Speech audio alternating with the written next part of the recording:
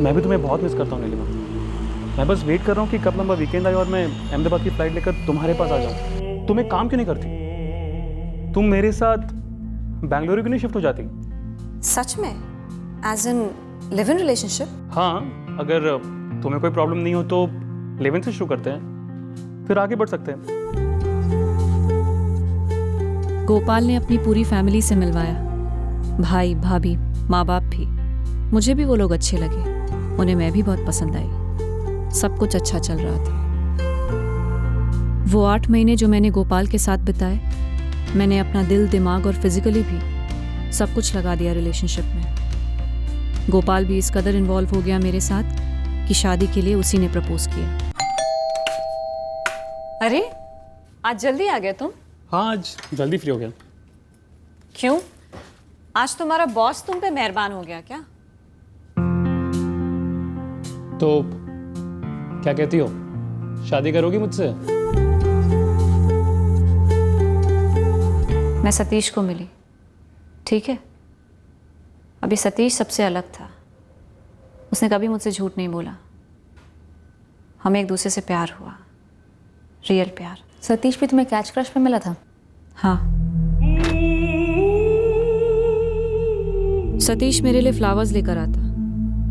24 घंटे सिर्फ के पीछे नहीं होता। हम बातें करते, शॉपिंग करते, घूमते। वो मेरे लिए गिफ्ट खरीदता था। एक अरसे बाद मुझे ऐसा लगा कि मेरी लाइफ में कुछ ऐसा है जो मैंने बेच खरीद कर हासिल नहीं किया। कुछ ऐसा जो बस मेरी लाइफ में आ गया, एक गिफ्ट की तरह। पर मुझे असलियत की भी समझ थी। सतीश कर्ज में डूबा था। कोई टेंशन है सतीश? तो बताओ मुझे।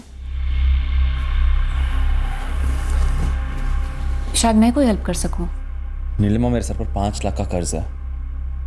इस शहर में किसके सर पे कर्ज नहीं होता? ये कोई बैंक का लोन नहीं है, एक भाई टाइप के बंदे से लिए।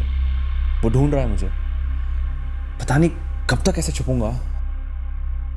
अगर मेरे पास होते तो दे देती। यार प्रॉब्लम तो ये है कि मम्मी पापा से भी नहीं बोल सकता।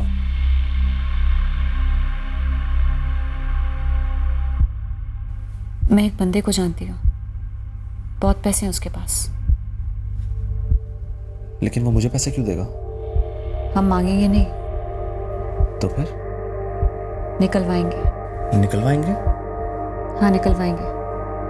सिर्फ 5 ही क्यों, 25 निकलवाएंगे। विवेक आचार्य नाम है उसका, करोड़ों का टर्नओवर है उसका। और ये निकलवाएंगे मतलब? किडनैप। 25 लाख उसकी फिरौती होगी? हाँ।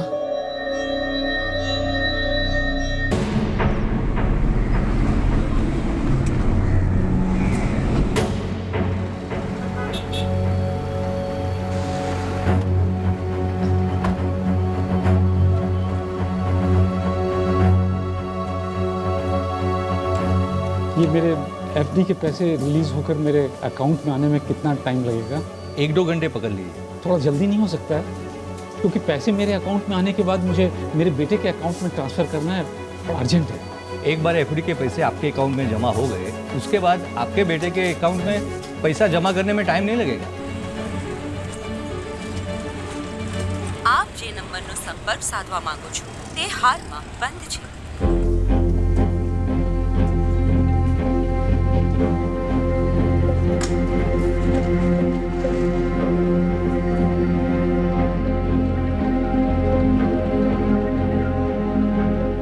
આપ જે નંબરનો સંપર્ક સાધવા માંગો છો તે હાલમાં બંધ છે।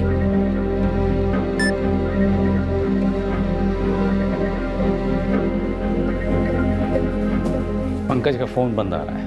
पैसे तो ट्रांसफर हो गए हैं ना? मैनेजर ने कहा था कि आधा घंटा लगेगा कम से कम। 1:15 बजे तो चेक जमा किया था, अब तो 2 बज रहे हैं। पंकज का फ़ोन है। हेलो।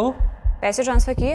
हाँ देखिए, मेरे एफडी में 7 लाख रुपए थे, वो मैंने ट्रांसफ़र कर दिए हैं। तो फिर 70% पंकज लौटाएं आपको? और नहीं, मेरे पास और पैसे नहीं हैं। पंकज ने 10 लाख के लिए कहा था, और जुगाड़ करो। कल तक का टाइम दे रही हूँ। हम चेक करें, पैसे आ जाएंगे अकाउंट में तो पंकज को छोड़ देंगे। और हाँ, एक और बात, पुलिस स्टेशन जाने की सोचना भी मत, वरना क्या हो सकता है ये तो तुम जानते ही हो।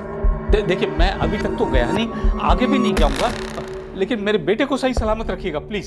पंकज से कोई खास प्यार नहीं है हमें, 10 लाख मिलते ही सही सलामत छोड़ देंगे। बोल रहा है 7 लाख ट्रांसफर किया। गोली तो नहीं दे रहा? चेक करना पड़ेगा पंकज के अकाउंट में पैसे आए हैं या नहीं। तू रहे यहाँ, हम दोनों एटीएम में चेक करके आते हैं, फिर सोचेंगे कि क्या करना चाहिए क्या नहीं।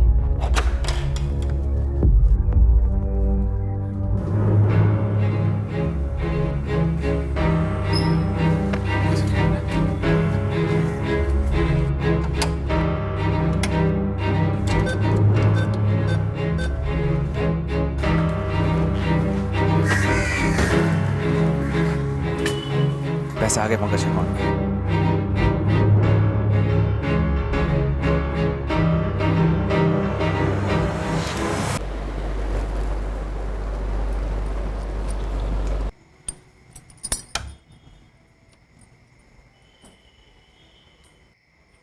पापा, फोन लगा क्या पंकज का? पूरी रात हम में से कोई सोया नहीं था। मन ही मन मुझे लग रहा था, पता था कि जो भी हो रहा था पंकज ने खुद ही अपने सर मोल लिया है। जरूर जानबूझकर इस जाल में खुद चलकर फंसा है। हमारा बेटा था, हमें वापस चाहिए था। हमें लगा कि अगले दिन वो लोग बैंक से पैसे निकलवाएंगे और हमारे पंकज को छोड़ देंगे। આપ જે નંબરનો સંપર્ક સાધવા માંગો છો તે હાલમાં બંધ છે। अब तो 5 बज गए हैं, पूरा दिन था उनके पास पैसे निकालने के लिए। तो करें तो क्या करें, कुछ समझ में नहीं आ रहा है। पापा, पुलिस के पास जाए क्या? बेटा, उस लड़की ने कहा था हम पे नजर रखे हुए है। हम पुलिस में गए तो पंकज की जान ले लेंगे वो लोग। पर ऐसे कब तक इंतजार करेंगे हम? मैं क्या बताऊं, मेरी तो कुछ समझ में नहीं आ रहा है।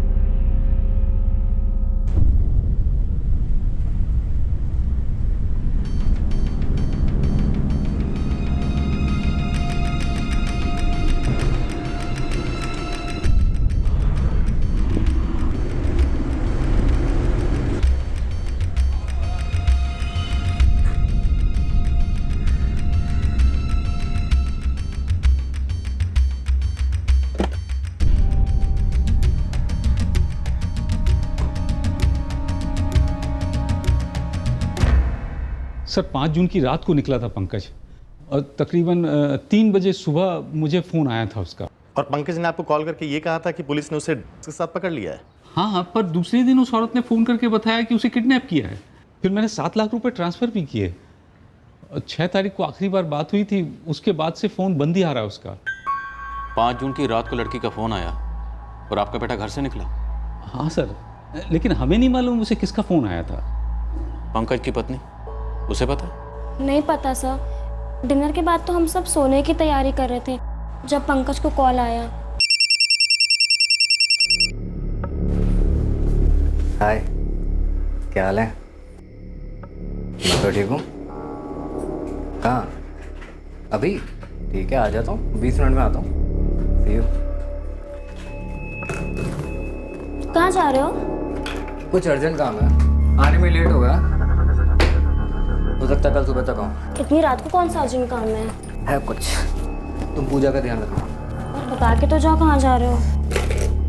बाद में बताता हूँ ना, चलो बाय। पंकज, कोई आइडिया नहीं कि कॉल किसने किया था? कुछ बोला नहीं मुझे। पंकज का ऐसा कोई दोस्त जो उस लड़की के बारे में कुछ बता सके? नहीं, उसके दोस्तों का हमें कुछ ज़्यादा पता नहीं। मुगल जी, आपने बताया कि पंकज पीता है, स्टेट में तो पाबंदी है, तो जाहिर सी बात है पंकज किसी न किसी सप्लायर के कांटेक्ट में होगा। और आपने ये भी कहा था कि वो लेता। वो तो बहुत पुरानी बात है, क्या वो अब भी? कहीं ऐसा तो नहीं कि ये सब कुछ रचा रचाया खेल पंकज का ही हो? देखिए, मैंने कहा था कि वो थोड़ा भटका हुआ है, लेकिन 2 दिन फ़ोन बंद रख करके इस तरह से घर से कभी गायब नहीं हुआ वो। देखिए, मुझे लगता है ज़रूर किसी तकलीफ में है। पंकज का किसी लड़की से अफेयर? रानी देखो, अगर ऐसी कोई बात है तो छुपा मत। कैसा कुछ था? नहीं सर, मुझे नहीं पता। पर हाँ, कई बार वो रात बेरात ऐसे बाहर जाते थे, लेकिन सुबह तक आ जाते थे। पहली बार ऐसा हुआ है कि वो अभी तक घर नहीं आए। सर, वो गाड़ी की चाबी साथ लेके गए थे, क्योंकि कंपाउंड में गाड़ी नहीं है, तो शायद गाड़ी से ही गए होंगे। गाड़ी का नंबर, और अगर गाड़ी की फ़ोटो हो तो और भी बेहतर, और पंकज की फ़ोटो, हमें ये सब चाहिए। हम पंकज के फ़ोन रिकॉर्ड्स निकलवाएंगे, पता करते हैं कि 5 जून की रात को पंकज को किसका फ़ोन आया था। और दोषी जी, आप बैंक से ज़रा ये पता करिए कि पंकज के अकाउंट में जो 7 लाख रुपए आपने जमा किए थे वो विड्रॉ हुए हैं या नहीं। बैंक से पता चला कि एटीएम से 60,000 रुपये विड्रॉ हुए थे। तब भी हमें यही शक था कि ये पंकज खुद ही ये किडनैपिंग का नाटक रच रहा है।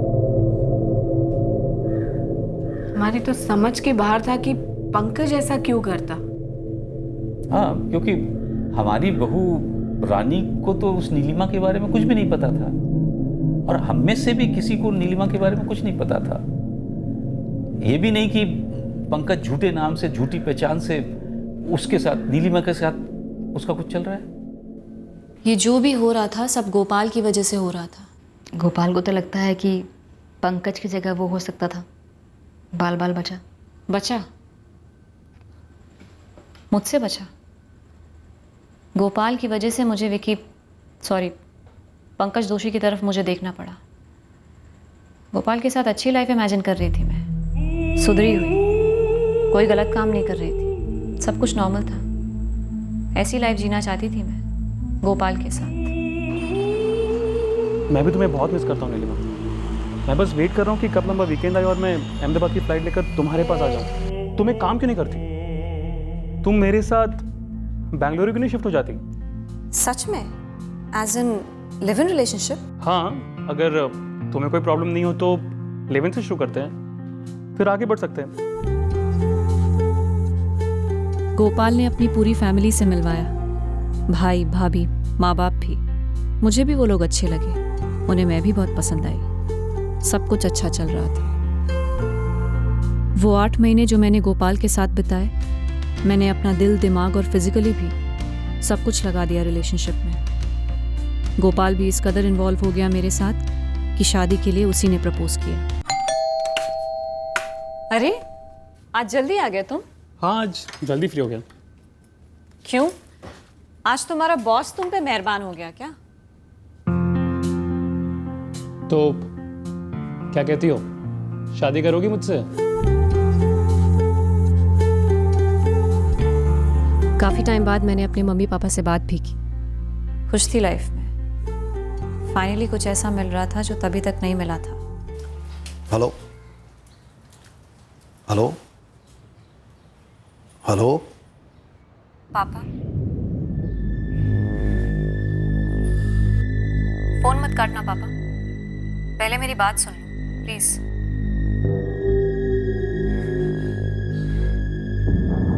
क्या बात नीलिमा, इस बार कौन से जुर्म में गिरफ्तार हुई है जो हमारी याद आई? शादी कर रही हो पापा। तो पापा मैं बदल गई हूँ, बेंगलुरु में हूँ। गोपाल नाम है लड़के का, इंजीनियर है। तो हमें बता रही है कि अचानक तुझे माँ बाप से परमिशन लेने की सूझी? पापा आपका गुस्सा अपनी जगह सही है, मैं समझती हूँ, पर मुझे अपने किए पर ना ही शर्मिंदगी है ना पछतावा। मुझे लगा अपनी शादी के बाद मुझे आपसे और मम्मी से शेयर करनी चाहिए, तो फ़ोन कर दिया। पापा मम्मी को फ़ोन दीजिए प्लीज़। माँ बाप भी बेंगलुरु की ही हैं। पता है, सालों बाद पहली बार मुझे लगा कि मैं कुछ नॉर्मल सा कर रही हूँ, जो मेरी फैमिली को, मेरी बहन को कबूल होगा, सही लगेगा। मैं भी एक्साइटेड थी, नई ज़िंदगी, सेटल होना, गोपाल, मैं, शादी, आगे बच्चे। जी बच्चे। तो बेसिकली तुम सोसाइटी में एक्सेप्ट होना चाहती थी, और तुम्हारा जो सेल्फिश, स्वार्थी नज़रिया था ज़िंदगी का, उसे लोगों की नज़र में बदलना चाहती थी। सेल्फिश, स्वार्थी कौन नहीं होता? जो महात्मा टाइप होते हैं ना, उन्हें भी ज़बरदस्त गरज होती है कि कोई उन्हें महात्मा कहे, उनके बलिदान की वाह वाह करे। और मैं ठहरी नॉर्मल साधारण लड़की। मैंने कभी भी अपने साथ, ना ही अपने स्वार्थ के साथ कोई चीटिंग नहीं की। पर तुम्हें लगता है गोपाल ने तुम्हारे साथ चीटिंग की? हाँ, की उसने चीटिंग। उसने मेरे साथ फिजिकल, मेंटल, इमोशनल रिश्ता जोड़ा। पूरे 8 महीने साथ में रहा मेरे। उसके बाद और क्या जानना चाहता था वो? शादी करने वाला था वो। फिर 1 सेकंड में सब बदल गया। हाय, आ गए तुम? लाओ मुझे बैठ दो।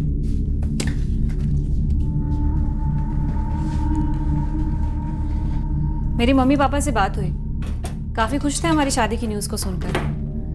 पूछ रहे थे कि कब आकर तुम्हारे पेरेंट्स के साथ फॉर्मेलिटीज पूरी करनी है। तुम्हारी कोई डेट की बात हुई क्या? तुमने मुझे अपने बारे में सब कुछ नहीं बताया। क्या? तुमने कहा था तुम केसी एसोसिएट्स में असिस्टेंट अकाउंटेंट हो। हाँ। झूठ है जो तुमने बड़ी सफाई से बोला था, आंखों में आंखें डालकर। पॉइंट पे आओ गोपाल। गोल गोल बातें सिर्फ टाइम वेस्ट करती हैं। और झूठ बोलने से पूरी जिंदगी वेस्ट होती नहीं नीलिमा। मैं ललित से मिला था। कौन ललित? स्कूल फ्रेंड है मेरा, वो तुम्हें जानता है। शैली? मुझे तो याद नहीं आ रहा कोई ललित। अरे बाकी सब सही चल रहा है यार। सुनना, एक गुड न्यूज़ है। क्या? मैं शादी कर रहा हूँ। कंग्रेचुलेशंस यार। थैंक्स यार। तो लव या अरेंज? लव। और हमारे पेरेंट्स अगले महीने शादी की बात कर रहे हैं। अच्छा, लड़की कहाँ की है? बेंगलोर की? नहीं यार, यहीं की है, अहमदाबाद की। हम लोग इधर ही मिले थे यार। तो उसके पेरेंट्स मोरबी के हैं और पिछले 7-8 महीने से हम दोनों लिव इन में, बेंगलुरु में। अब बात है यार, लिविंग शिविंग है। हाँ यार, सही है। मॉडर्न लड़की है, काफ़ी ब्रॉड माइंडेड है। एग्जैक्टली जैसे मुझे पसंद है यार। वो तो ठीक है, लेकिन तू तो इतना ब्रॉड माइंडेड नहीं था बे, हैं? इतने दिनों से कोई जिक्र भी नहीं किया तूने तो यार। यार वो शादी के डिसीजन तक मैंने किसी को भी नहीं बताया यार। अभी लास्ट वीक ही प्रपोज किया। अच्छा ठीक है, चल फोटो तो दिखा। हाँ यार, ये देख, तेरी होने वाली भाभी नीलिमा दीक्षित नाम है, M.Com पढ़ी है। ये अहमदाबाद के केसी एसोसिएट्स में जॉब छोड़कर आई यार मेरे साथ रहने। क्या हुआ यार? ये नीलिमा है? हाँ, क्यों?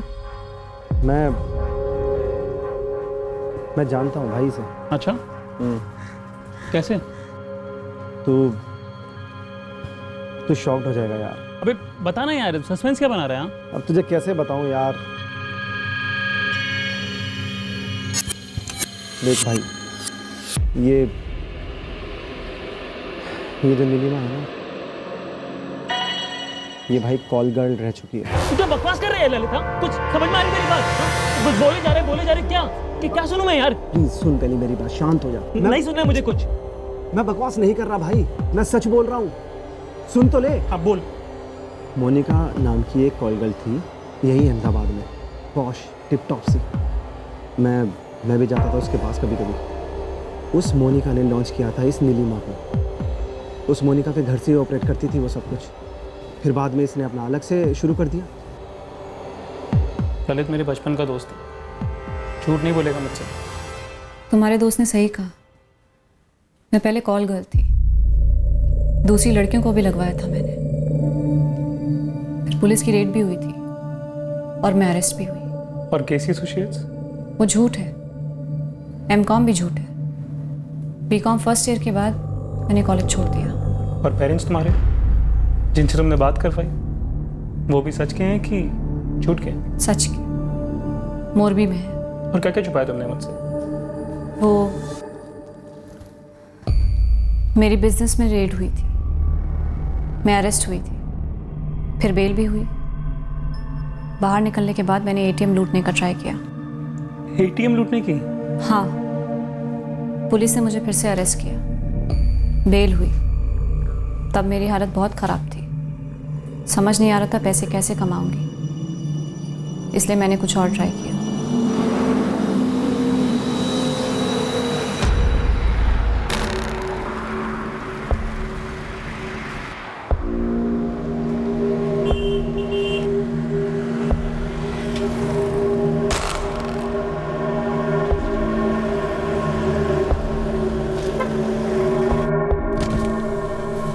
सर, मुझे अहमदाबाद के लिए लिफ्ट चाहिए।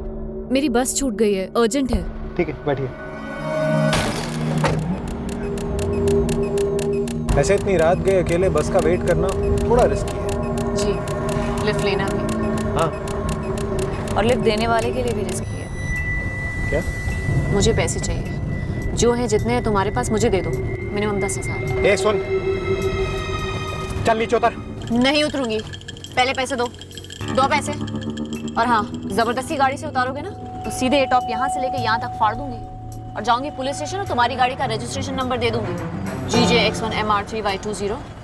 चार्जेस लगेंगे 7 साल के लिए अंदर और बदनामी बोनस में। देखो तुम ऐसा नहीं कर सकती, ये गलत है। आई नो, पर मुझे पैसे चाहिए। 2 पैसे। 2 पैसे या फाड़ू ये टॉप, फाड़ू फाड़ू। ऐसी गाड़ियों से ही लिफ्ट लेती जिसमें अकेला मर्द सफर कर रहा हो। जिसके पास कैश नहीं होता उसे ATM ले जाती। एक से तो मोबाइल, वॉलेट, लैपटॉप सब ले लिया। मुझे याद भी नहीं, न जाने कितनी गाड़ियों से ऐसी लिफ्ट ली मैंने। उसके बाद मैं तुमसे मिली गोपाल, और तब से मैंने ऐसा कुछ भी नहीं किया। मैं बदल गई, मैं अब अलग ही इंसान हूँ।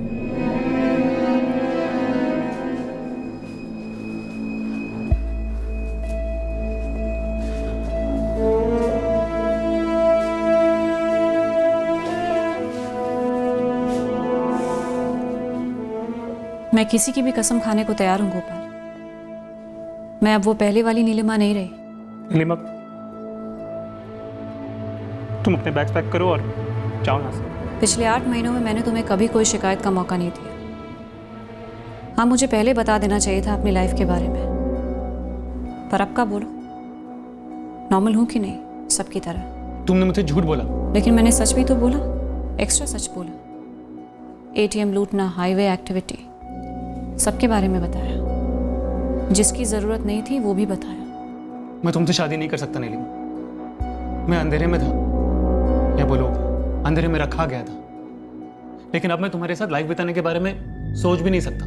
जो 8 महीने हमने साथ में बिताए हैं, पूरी लाइफ वैसी ही होगी, बल्कि उससे कई गुना बेहतर होगी। मैं तुम्हारे साथ एक और मिनट, एक और सेकंड भी नहीं रहना चाहता। तो बस निकलो यहाँ से। गुस्से में हो तुम? थोड़ा ठंडे दिमाग से सोचोगे प्लीज? पूरी फ्लाइट आराम से सोचता हुआ आया हूँ। डिसाइड कर लिया मैंने। मुझे एक चांस तो मिलना चाहिए गोपाल। No chance. तुम बस निकलो, अभी निकलो यहाँ से।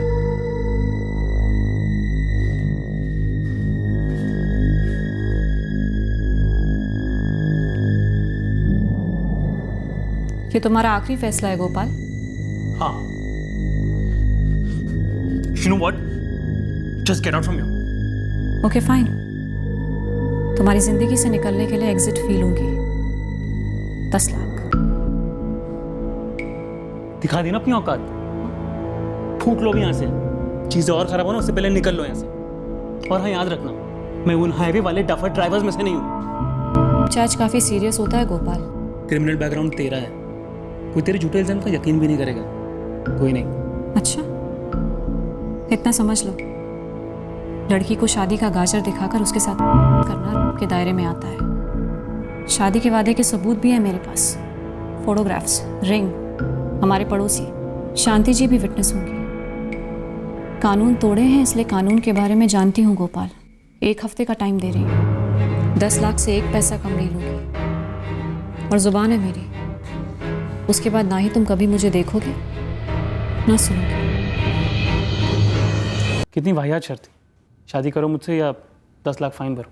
बाद में तो मुझे लगने लगा कि शायद वो खुद आई होगी मेरे पास। पहले तो मुझे फंसाया और ब्लैकमेल करने लगी। अगला 1 हफ्ता मेरे लाइफ का सबसे डिफिकल्ट वीक था। दिन में 10 बार मैसेज करती, कॉल करती कि पैसे अरेंज हुए या जाऊँ पुलिस के पास। मेरे पास पैसे नहीं थे। मैंने अपने सारे सेविंग्स और दोस्तों से झूठ बोलकर लोन्स लिए। और पैसे दे दिए नीलिमा को? वरना वो छोड़ती मुझे। पर मैं बहुत हर्ट हुआ था कि कैसे कोई अपने लाइफ के बारे में झूठ बोलकर आपकी लाइफ में आए और आप उसे लाइफ पार्टनर की तरह देख रहे हो। पर जब उसके सही रंग सामने आए तो वो अपना क्रिमिनल साइड बताकर आपसे पैसे हटना चाहती है। पैसे तो देने ही थे उसे। वो बेंगलुरु आने को रेडी नहीं थी, तो 2 दिन की छुट्टी लेकर मैं अहमदाबाद गया। सबसे छुप कर एयरपोर्ट से सीधे उसके घर गया, उसे 10 लाख देने। पैसे तो हैंड ओवर कर दिए, लेकिन मैं इतनी आसानी से हार मानने वाला नहीं था।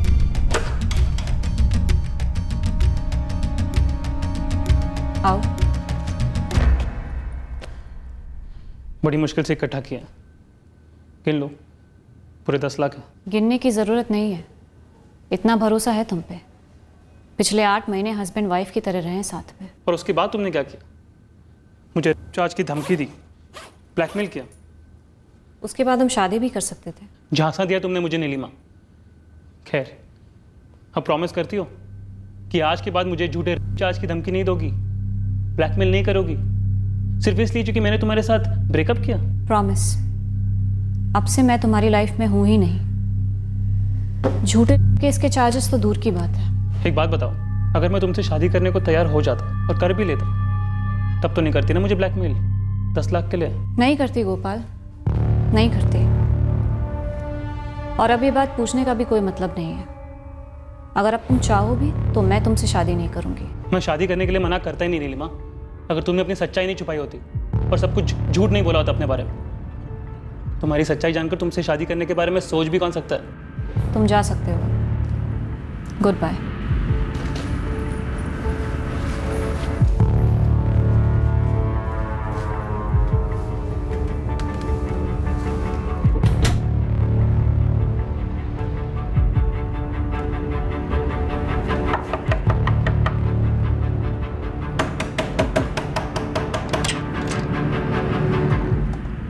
जी नीलिमा, साथ चलो हमारे। क्यों? मैंने क्या किया है? Blackmail, extortion. तब तो नहीं करती ना मुझे ब्लैकमेल? नहीं करती गोपाल, नहीं करती। और अब ये बात पूछने का भी कोई मतलब नहीं है। ये हमारा निजी मामला है सर। नहीं नीलिमा, ये निजी मामला नहीं है, ये ब्लैकमेल है। और मैंने तुम्हारे खिलाफ कंप्लेन दर्ज की है। मैंने इन्हें तुम्हारा पूरा बैकग्राउंड बताया, प्रोस्टिट्यूशन, ATM लूट, हाईवे पर ठगना, मुझसे झूठ बोलना और फिर ब्लैकमेल, सब कुछ। ये क्लियर कट एक्सटॉर्शन और ब्लैकमेल का मामला है। तुम्हें जो कैश दिया गया था उस पर मार्किंग है, बतौर सबूत कोर्ट में पेश होगा। सर, इसने जो स्टिंग करके आपको वीडियो दिखाया है वो पूरी हकीकत नहीं है। एक्चुअली इसने मेरा इस्तेमाल किया है, झूठ बोलकर पूरे 8 महीने। Miss Neelima Dikshit, you are under arrest. तो फिर इसे भी अरेस्ट कीजिए सर। इसके खिलाफ भी मेरे पास काफी सबूत हैं। कंप्लेन दर्ज कीजिए। धोखा और तो फिर तुमने क्यों नहीं पहले कंप्लेन दर्ज की? अगर मैं पहले से शिकायत कर देती तो क्या करते आप लोग? इसलिए मैंने मैटर खुद ही सॉल्व कर लिया। तुम्हें जो कुछ भी कहना है तुम अपने वकील से कहो, कोर्ट में कहो। इस वक्त हम तुम्हें ब्लैकमेल के लिए अरेस्ट कर रहे हैं। ले जाओ इन्हें। तब मैं समझा ही नहीं कि मैं एक जाल में अचानक से फंस गया हूँ, क्या जानबूझकर फंसाया जा रहा हूँ। जो भी था, मेरा लग अच्छा है कि मैं उस जाल से टाइम पर निकल गया। मुझे लगता है ये पंकज दोषी भी मेरे जैसे नीलिमा का शिकार था। वो लड़की इंसान नहीं है, शैतान है।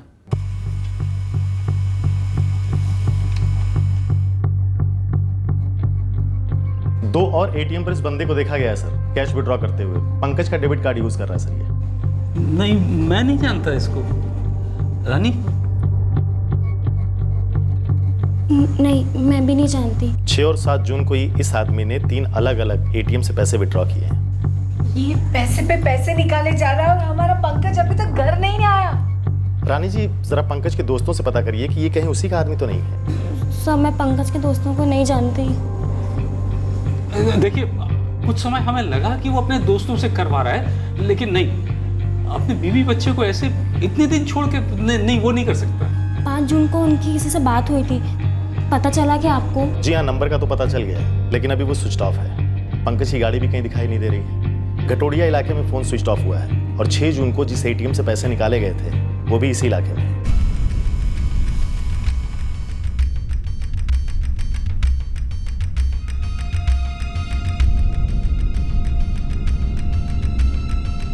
कंज्यूमर फॉर्म से नीलिमा दीक्षित का एड्रेस मिला है, जो कि मोरबी का है, लेकिन उसके फॉर्म पे उसका कोई अल्टरनेट नंबर नहीं है। उसका एक बार एड्रेस चेक करके मुझे कॉल बैक करो, उससे ये कंफर्म हो जाएगा कि एड्रेस सही है या फिर ये नंबर ही जाली है।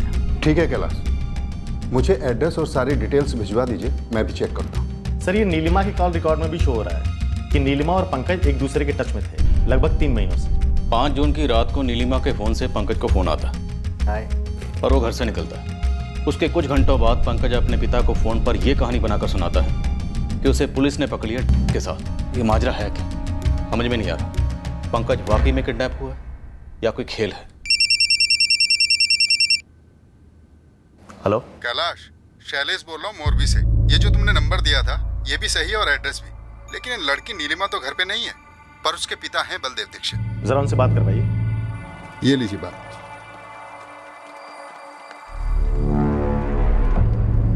हेलो बलदेव जी, आपकी बेटी नीलिमा कहाँ पे है? मुझे नहीं पता सर, और ना मैं उसके टच में हूं। बलदेव जी, आपकी बेटी नीलिमा ने शायद पंकज दोषी करके एक आदमी का किडनैप किया हुआ है फिरौती के लिए। मैं क्या करूं सर, महीनों से मेरी उससे कोई बात नहीं हुई है। अच्छा, अहमदाबाद में आपकी बेटी कहाँ रहती है?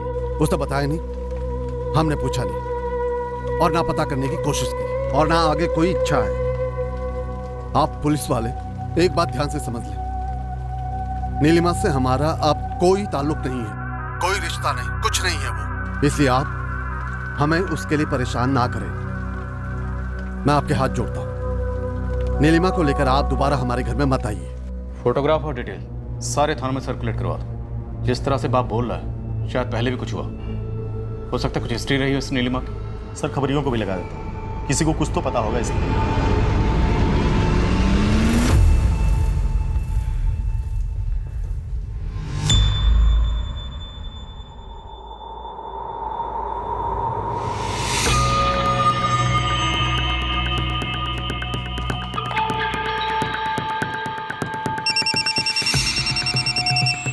हेलो।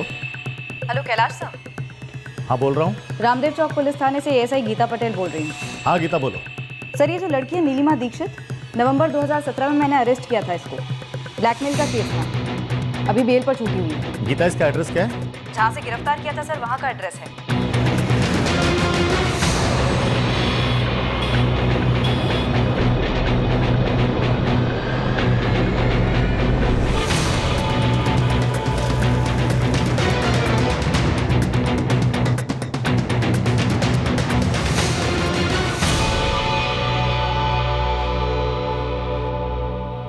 पड़ोसी से बात करते।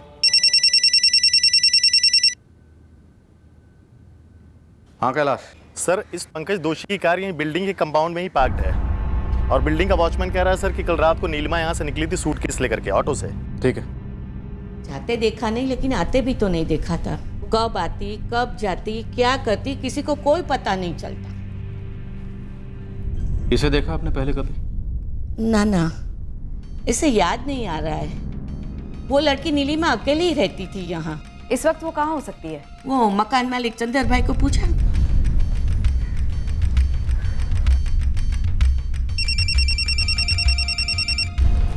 हेलो। हमें आपसे बात करनी है, तुरंत पुलिस स्टेशन पहुंचिए। ठीक से पता किया ना सुरेश? डबल चेक किया? Thank you Suresh. सर, परसों सुबह यानी 7 जून की सुबह को हिम्मतनगर पुलिस को एक लाश मिली थी। वहाँ के कांस्टेबल सुरेश को हमने पंकज की फोटो भेजी हुई थी। वो कह रहा है कि ये लाश पंकज की है।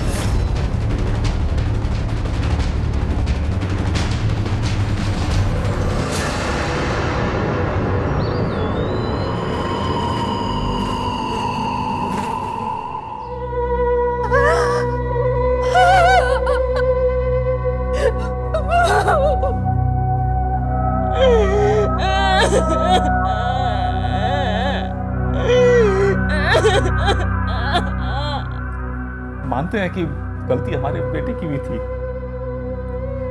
उसकी बीवी थी, बच्ची थी, फिर भी ये दूसरी लड़की के साथ।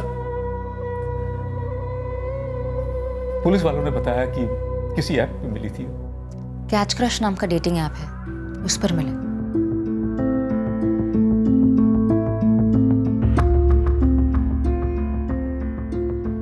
हाय, this is Vicky. How are you? Your profile pic is very good. Gopal के धोखे से मैं सिर्फ अकेली नहीं रह गई, मैं अंदर से खाली हो गई थी।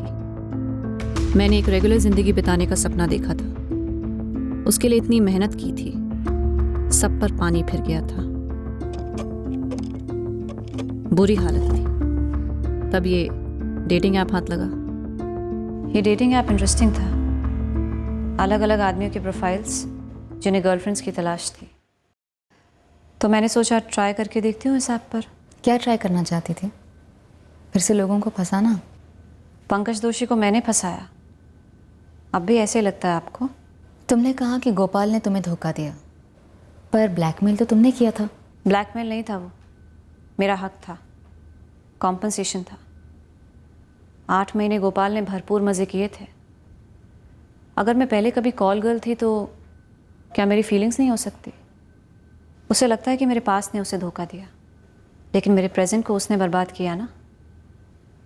और पंकज दोषी, मैंने उसे नहीं फंसाया, उसने मुझे फंसाया था। एक तो अपना नाम विकी आचार्य बताया और मेरे घर आने लगा। उसकी सहूलियत और ज़रूरत के हिसाब से आ जाता। उसके सारे झूठ मैं बड़े सिंसियरली सुनती, सच मानती उन्हें। जब भी ज़रूरत होती वो मुझे पैसे भी देता, दिलदार था। तुमने उसे मार डाला नीलिमा, 10 लाख के लिए। ऐसा है, मैं सतीश को मिली, ठीक है।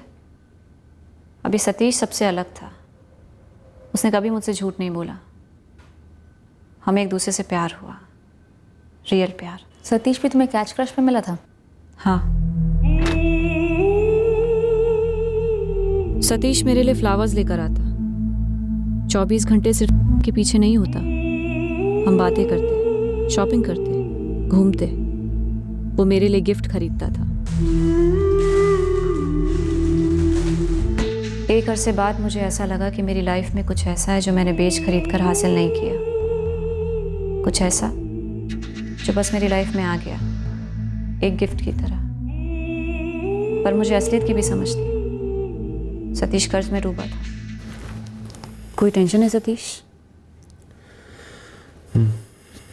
तो बताओ मुझे,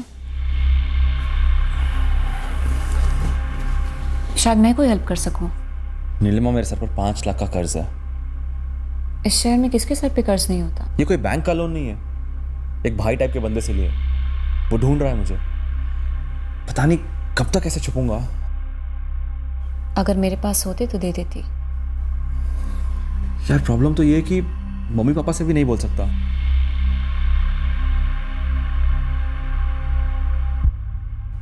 मैं एक बंदे को जानती हूँ, बहुत पैसे हैं उसके पास। लेकिन वो मुझे पैसे क्यों देगा? हम मांगेंगे नहीं, तो फिर निकलवाएंगे। निकलवाएंगे? हाँ निकलवाएंगे। सिर्फ 5 ही क्यों, 25 निकलवाएंगे। विवेक आचार्य नाम है उसका, करोड़ों का टर्नओवर है उसका। और ये निकलवाएंगे मतलब? किडनैप। 25 लाख उसकी फिरौती होगी?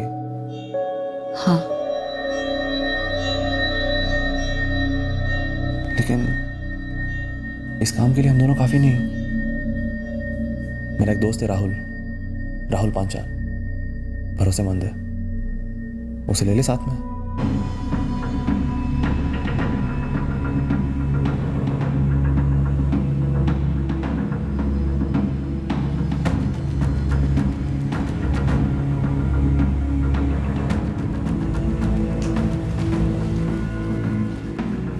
पंकज को यही मारा होगा शायद। सर लेकिन ऐसा कोई सबूत भी नहीं मिल रहा है कि जिससे एक लीड मिल सके कि नीलिमा फरार कहां पे हुई।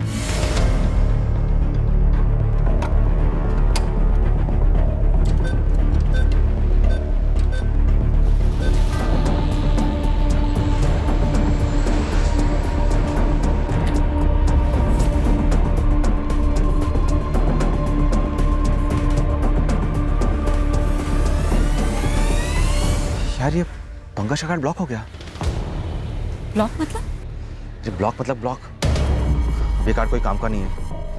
हम कोई ट्रांजैक्शन नहीं कर सकते, पैसे भी नहीं निकाल सकते। कौन सा एटीएम? हाँ एड्रेस भेजिए तुरंत। सर, नीलिमा को एक एटीएम के बाहर खड़ा हुआ देखा गया है, वो भी उस बंदे के साथ जो पंकज के डेबिट कार्ड से कैश निकालते हुए एटीएम के सीसीटीवी फुटेज में दिखाई पड़ा था सर। कौन से एटीएम? सर अभी बैंक मैनेजर एड्रेस मैसेज कर रहा है, उठा लो। गलती कर दी हमने सतीश।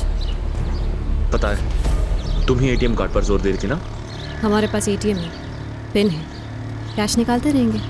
पूरा कैश एक साथ निकलवाते हैं ना, उसे कहते हैं जाकर चेकबुक लेकर आए। उसे चेकबुक लाने कहेंगे ना तो सीधे पुलिस के पास चला जाएगा। हम सबको पहचानता है वो, मेरा घर जानता है, मतलब उसे ऐसे कभी छोड़ नहीं सकते हम। तो क्या उसे मार डालना पड़ेगा? ऑब्वियसली।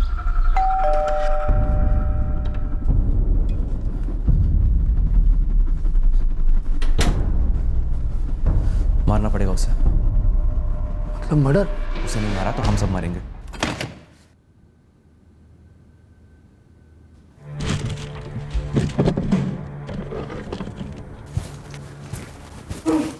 ये लो, ये बेटर रहेगा और इजी भी।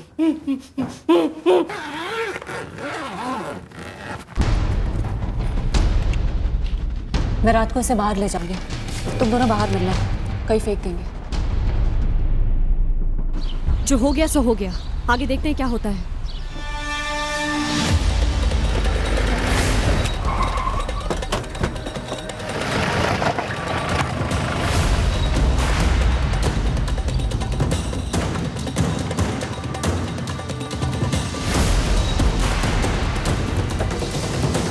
बस तुम दोनों ही हो या तुम्हारी गैंग में और भी कोई है?